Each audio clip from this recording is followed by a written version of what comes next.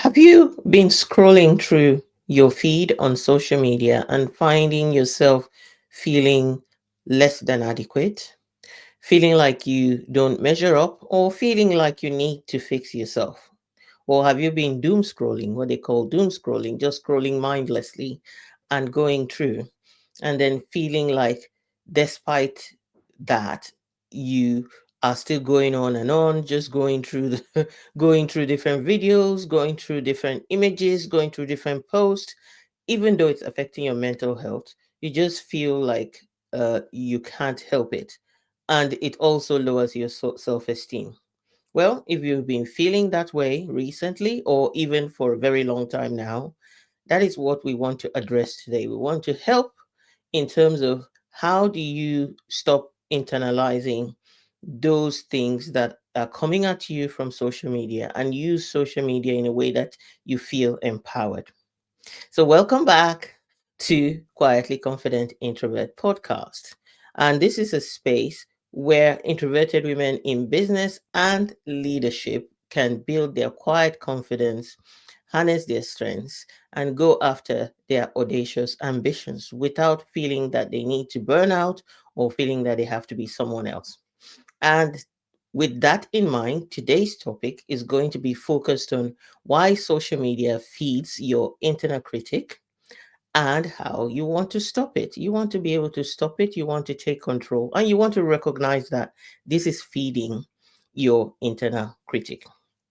So what we want to talk about, I'll be diving into a little bit of transactional analysis, something that I am very much interested in, but I wouldn't say that I'm an expert at. However, for the purposes of this, I have picked some key information that I believe will be useful to you because as an executive coach, I tend to work with leaders to bring consciousness to that which they are not being conscious of or not being aware of. And the reason is because you want to take ownership, you want to take responsibility, you want to be able to say, the things that are within my sphere of control, I am taking charge, I'm controlling it. What I definitely like to say to people is that when you're not leading your life, somebody else is leading it for you. And for me, this is not, this is something that is very true, especially with social media, especially with the news. If you feed yourself constantly with something that is not within your control, or you just feel like you can't control it, and you find yourself spiraling down and down a hole that you really do not want to get to, then it's time to take charge, time to take control, right? But also, there are people, especially introverts, who then shrink back, who are lurking, who are not taking action, who are not playing their part on social media. And for them, it looks like fine, you're in control, you're away from it all. But in our modern world today, we know that using technology is empowering. Using technology allows you to get your message out there. So, my aim today is to help you to balance out the need to take control of what you can see, bring consciousness to that versus being a participant in adding value. I would like to say that um, I am not trying to point fingers at others without looking at myself and my journey on social media and how I have played my part. When I first started and jumped into using social media a lot, I found myself trying to be copying what the gurus, what everybody else was doing. And the truth is, whatever you find around that might have some negative connotations, some of them I have contributed to in my own way. But then the awakening that I have now means that I have looked at things differently and I'm working with things differently. And when I work with my clients and I say, you have to have presence, you have to have build your personal brand, is because I'm saying you take control of what is out there about you. You take control of what goes in into your system for yourself. And you take control of the message you want to get out there. But also, don't shrink back from getting your message out there because it matters. You matter, and part of being a leader is that you share perspective and you contribute to conversations that make the world a better place. So, we're talking about also, I will be mentioning at least a resource that really helped me to hone in on the issues that I'm talking about today. So, First and foremost, I just wanted to say every time you find yourself on social media, there are different ego states that are playing. So one day I did do a talk last year in a conference, and I said that when conflict arises, what is happening is you're dealing with two egos, right? And you need to manage emotions. You need to manage emotions carefully. Your ego and the ego of the person that you're having conflict with. With social media, there are ego states that are working, things that you don't see. It's a playground, almost like taking you back to school or taking you back to an environment where you're told things or you have to compete. So, things that are happening there, you have voices on social media. You have the critical parent voice, the voice that is shouting advice, judgment, or telling you what to do at all times. Or you have the child that shrinks back, that feels that, oh, I'm doing the wrong thing. Or, so you are there, you are the lurker, you're lurking, you're not contributing because you're worried about what people would say, or you're worried that your opinion does not count, and you're also focusing on what the critical parent is saying. But what I want us to focus on today is how do you go on social media and have adult to adult conversations? How are you being an adult on social media? And how are you using social media as an adult? So if we look at um, states based on transactional analysis, the parent state is one that is critical, it's judging and scolding, versus you also have the parent that can also be nurturing, encouraging, and supportive. And sometimes, finding the balance between the two can be one of those challenges, right? Or you have the child, what they call the adapted child, which is pleasing, comparing, or fearful. Or if you are on the other side of being a free child, you're somebody who is creative and expressive. So sometimes you can get on social media. If your feed is set up right, you'll be getting the voice of the nurturing parent. And you yourself will be that child that feels that you can be creative, you can be expressive.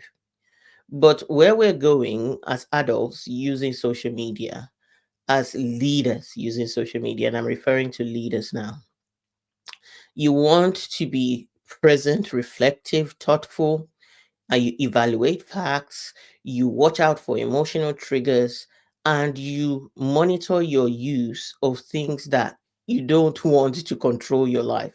So you want a situation where you can get away from the whole being told you should not do this, you should stop doing that. If you're not doing X, you will be failing. And again, introverts get this a lot.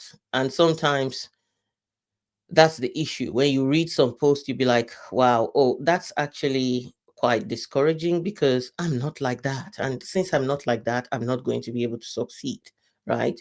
You just feel that way as an introvert. Like, oh, for example, I have tried networking. And when I go networking, and I go a lot, I can post it on social media. Yeah, you can network, you can do that. But behind the scenes, after I've done all that networking, I've put out all those fantastic pictures. I really need a break. My brain sometimes feels like I was sitting with another introverted person last week, and we were describing how it feels. It's like your brain wants to explode. Your your nervous system is jarred, and that's because you've totally had enough. You've had enough, and you just want to get away. Now, this is not something you're controlling or you're bringing upon yourself. It is what it is. You're wired in that way. And last week again, yesterday, I mean, I was listening to Keith Ferrazzi, my key person in this season that I listen to because of learning to connect, learning to co-create, learning to co-elevate, make a difference to my clients, or look at community and building community. So he talks about the fact that as an introvert, there are things he's having to do to step out with a lot of effort, a lot of energy, but he's doing it because he knows that is the right thing to do. Whereas those things for an extrovert would be really easy, right? So when you read or you go on social media and you're getting all this, you should do this. You need to jump out and do that. If you're not doing this, you failed. Then you feel discouraged. You feel frustrated. you feel overwhelmed, and some people walk away from it completely. I will tell you, my principle is that if there is light to be shined somewhere, I am going to be the light in that space. So if we feel that social media is a dark space right now, if you're the carrier of light, do you want to be away from the darkness, or you want to shine the light in the darkness? So that there's more light and more light. So I want to inspire, encourage any woman or even man listening to this, that you can do it. But let's also look at some of the subtle things that we miss about how the inner critic gets nurtured to actually amplify. When we talk about the parents, the judging voices, we can recognize it very well as that inner critic voice. And what happens in social media many times is that that voice is amplified by advisors, by experts, giving you all sorts of tips, all sorts of shoots. If you're not doing these 10 things. So, for example, we have also different categories. We have the marketing manipulation, right? And they say modern marketing thrives on really manipulating your pain, basically. So you feel compelled to buy, you feel like you have to get away from the pain. And if we don't tell you that it's painful, you're not going to get away from it. So that is the critical parent just telling you, you're going to pay a price for this. It's going to go wrong for you, my dear. If you don't take my advice, you will pay a price for it. Examples would be things like, you get things like, oh, well, there's no way you can succeed if you don't do XYZ, you know, therefore do XYZ to succeed. Another one is, if you don't focus on these things and do it this way, then it's not going to work. Fine, some of it you have to take note of, but a lot of times people are not considering your lived experience. People are not looking at your circumstances. People are not considering the fact that you might even be neurodivergent. And therefore, there's a difference in how you operate. And you see those posts and you feel discouraged. It increases your lack of self belief and it increases your self doubt. Because once you read that, it can become an internalized message. And the inner critic will say, oh, yeah, I love this. It works for some people because people run, the marketing manipulation, run and go and buy stuff, and then they start going through the process and realize they did a quick knee jerk reaction to try and get away from pain, because we're either going towards pain or towards pleasure. We're either stepping away from pain or moving towards pleasure, right?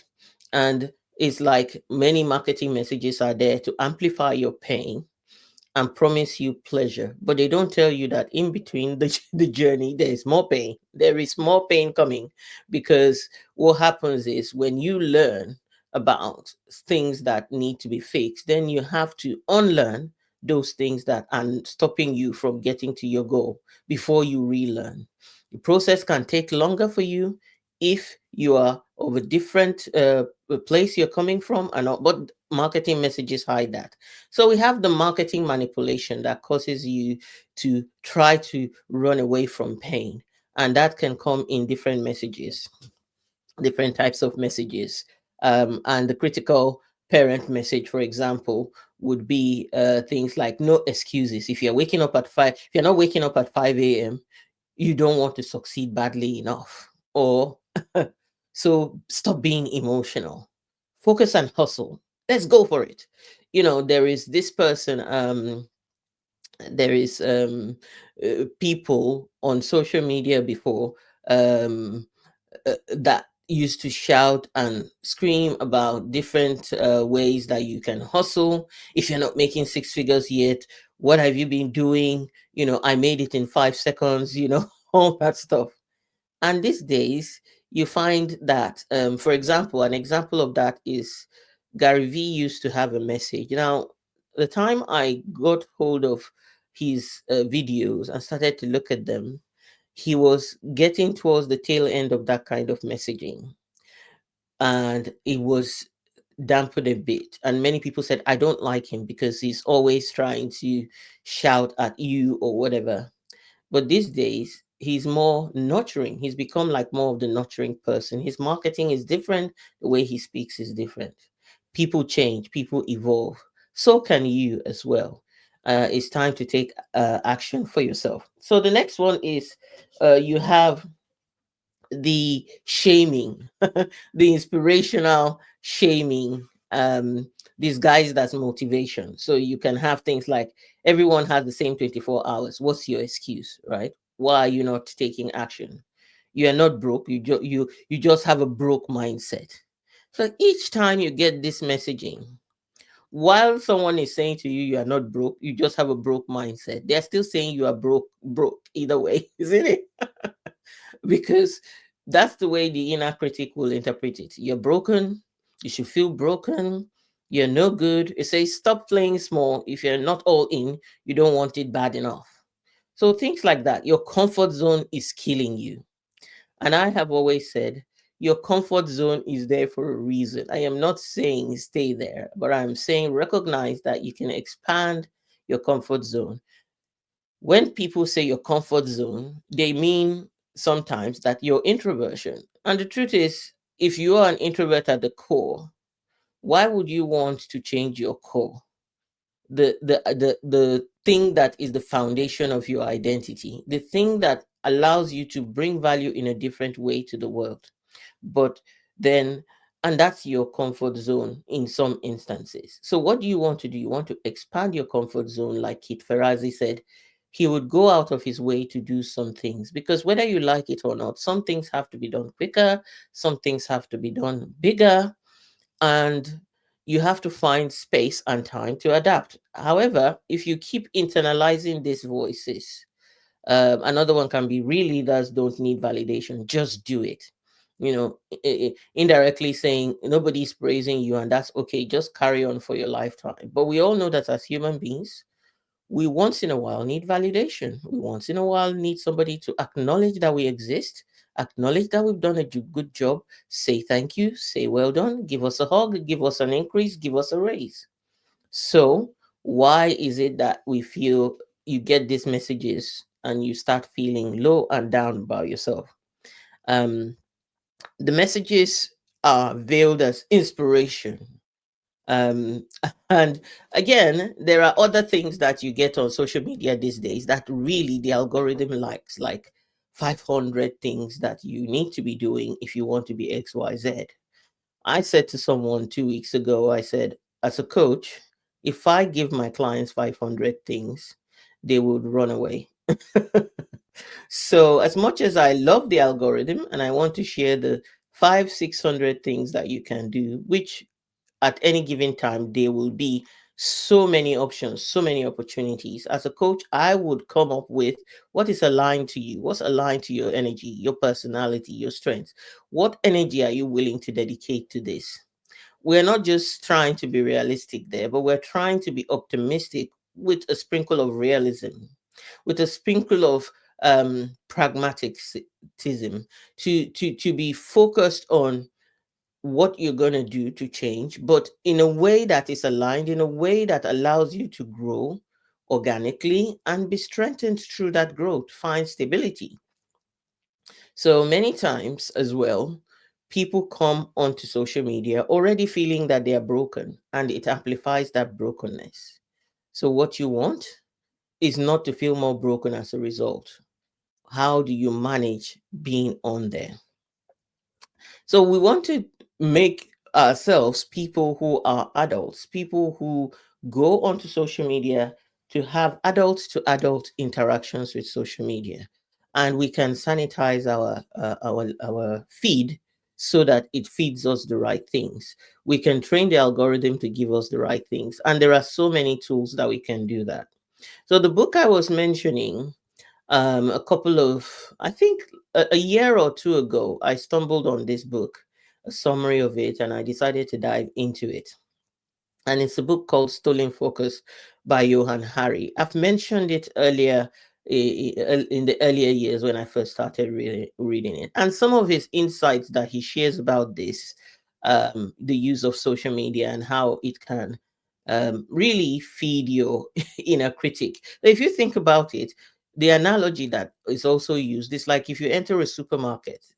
When you enter a supermarket, just know that psychologists have been used to design the space that you're walking into, to move you around the shop in a way that makes you buy more, that makes you spend more money. So if you're somebody who is working on self control, they're taking you around to break that self control. Because if you do keep your promise to yourself not to spend on things that you didn't go into the shop to buy, they sell less, right?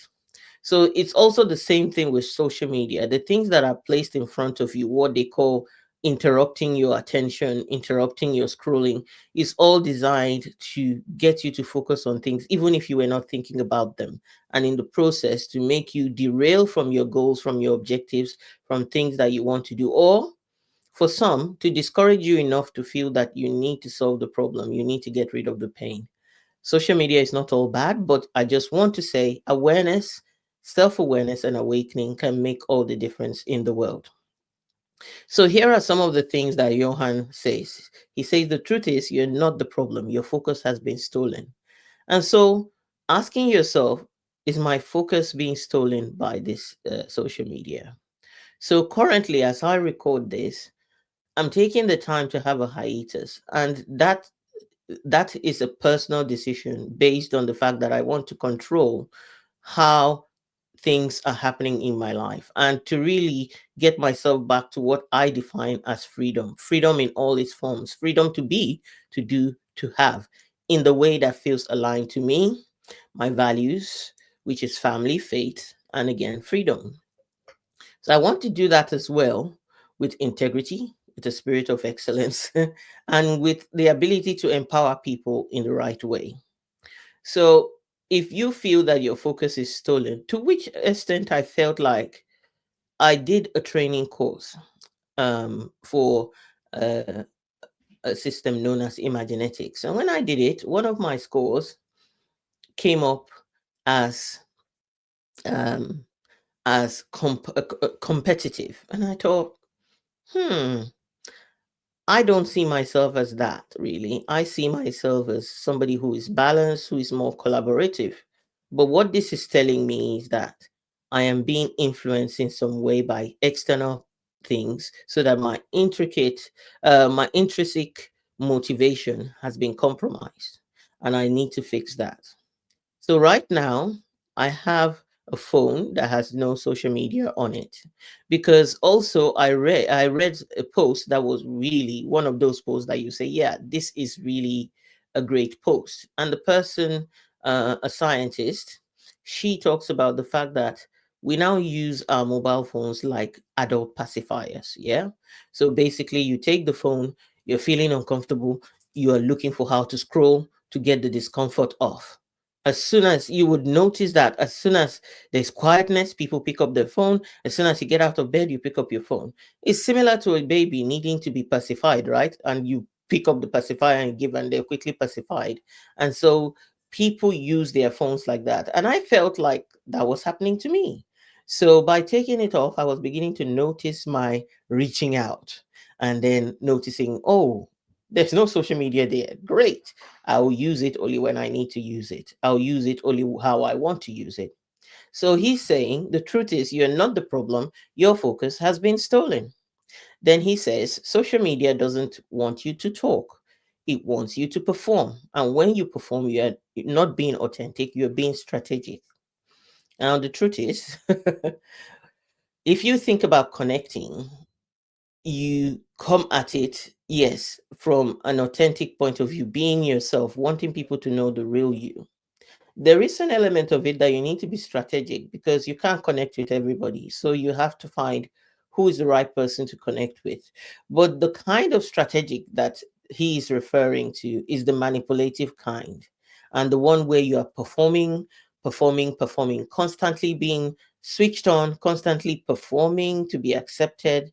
And it has things that it does to your system, especially like for me being an entrepreneur. I'm not my specialism is not marketing. Bigger companies have a marketing department, so the CEO is not focused on marketing, he's focused on strategy, and his strategy is then implemented by the marketing. But when you own your own business and you're a small business, everything is done by you, right? So it is about finding out how you are strategic in the right way, in a positive way. You know what I mean. And he also says, you're becoming a different kind of human, less able to reflect or to imagine. So again, what he's trying to point out here is that people are told what to think many times. People are told how to think, what to do, and it's done in subtle ways. And you don't hear your own self think. You don't hear your own thoughts anymore. And you don't hear your own you don't feel confident in your own ability to make your own decisions. You feel like you have to confer even more and more. And all this is happening because you have exposure to the different advisors, lots of voices that drown out your own voice. And I remember that 4 years ago, I think it is, I was speaking to a coach when I was doing something. And he said to me, he said, Patience, is it time for you to actually, all these things you're telling me are so great. Is it time for you to actually listen to your own self? And he was right. I needed to listen to my own self. I needed to be confident to do it my own way. And when I talk about quiet confidence now, it is based on the journey I have made to a place where you feel internally settled and at peace, that you're carving out your own way. It's not that you don't get what you might call advice, but what coaching does is not advising, is helping you to come up with the answers in a way that you feel like you're empowered and you own what you're doing. So, based on all of these things, I would like you to reflect on certain key questions. And some of these key questions I'm going to share with you right now because I believe that you are taking power back. And part of the way that you take power back is through a reflective exercise, a reflective process. Days of going through things and asking yourself key questions. So the first one is, when I scroll on social media, what state am I in? Am I in a parent state where I'm also there to be judging other people? Because we're there judging other people, being critical, and all this is happening within you. Or you're the child that is trying to say, oh, I need to now shrink back. I need to hide even more. Look at all these nice, polished lives that are better than mine. And you start shrinking back from your own goals, your own desires, your own dreams because you don't measure up. Or are you an adult actually looking at things, reflecting, taking it in, making your own decisions, and actually controlling your feed? So when I scroll on social media, what am I doing there? And how do I usually take in information? The second question is, which voices feel like my inner critic and which feel like a nurturing coach? So, like I said, I created my Win Your Day journal, and I'll share that again. Even though it's a journal that is designed specifically for introverted female entrepreneurs, it is something that is a tool that contains ways of reflecting and ways of self coaching yourself. So I truly recommend it. I recommend it to everybody because the content, regardless, is not just specifically tailored towards introverts. It is tailored towards people who are neurodivergent. It is tailored towards leaders who want to take action. So when you are scrolling, ask yourself, which voices feel like my inner critic and which feel like the nurturing coach telling me the things that I can then go and feel empowered to take action? What boundaries or filters can I set to protect my adult clarity? You want to have clarity in these times that we're in. One of the big messages that you hear around the place is about AI. It's like, if you're not using AI, if you're not yet vast at understanding AI, you are left behind, you're in trouble. And I can tell you that that causes a lot of anxiety for people. I wouldn't say that I'm not guilty of mentioning the fact that AI is a tool that you need to use.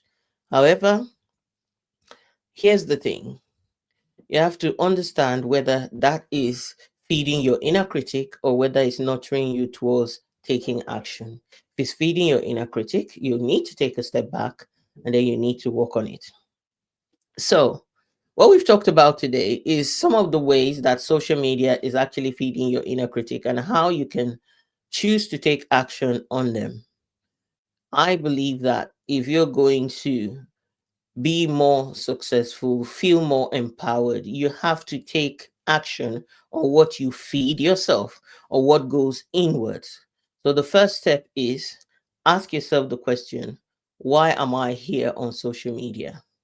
Yeah, you want to know why you are there and what you're trying to accomplish. Then, how are the things that you come across impacting you and feeding your inner critic or nurturing your inner coach or what I call your inner sage? Because we all have an inner wise voice within us that can be completely drowned out by the critic voice. You want to find that voice back. And if you feel like social media is feeding the critic, it's time to quiet that critic. It's time to quiet that parent voice that told you you're not good enough, that is causing you to have imposter syndrome, that is causing you to shrink back and become the adult rather than the child that is shrinking back. So, as usual, we've come to the end, and I hope that you have found this very valuable. Feel free to drop me a comment, feel free to share your views, feel free to let me know. Are there other resources too, apart from you and Harry's book, that you might have read that has helped you to understand what is going on and how you can take charge? Feel free to share that with me.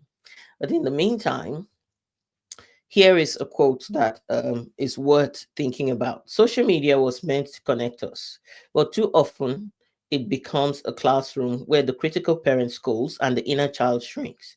The power lies in choosing to respond as the adult, clear, calm, and quietly confident.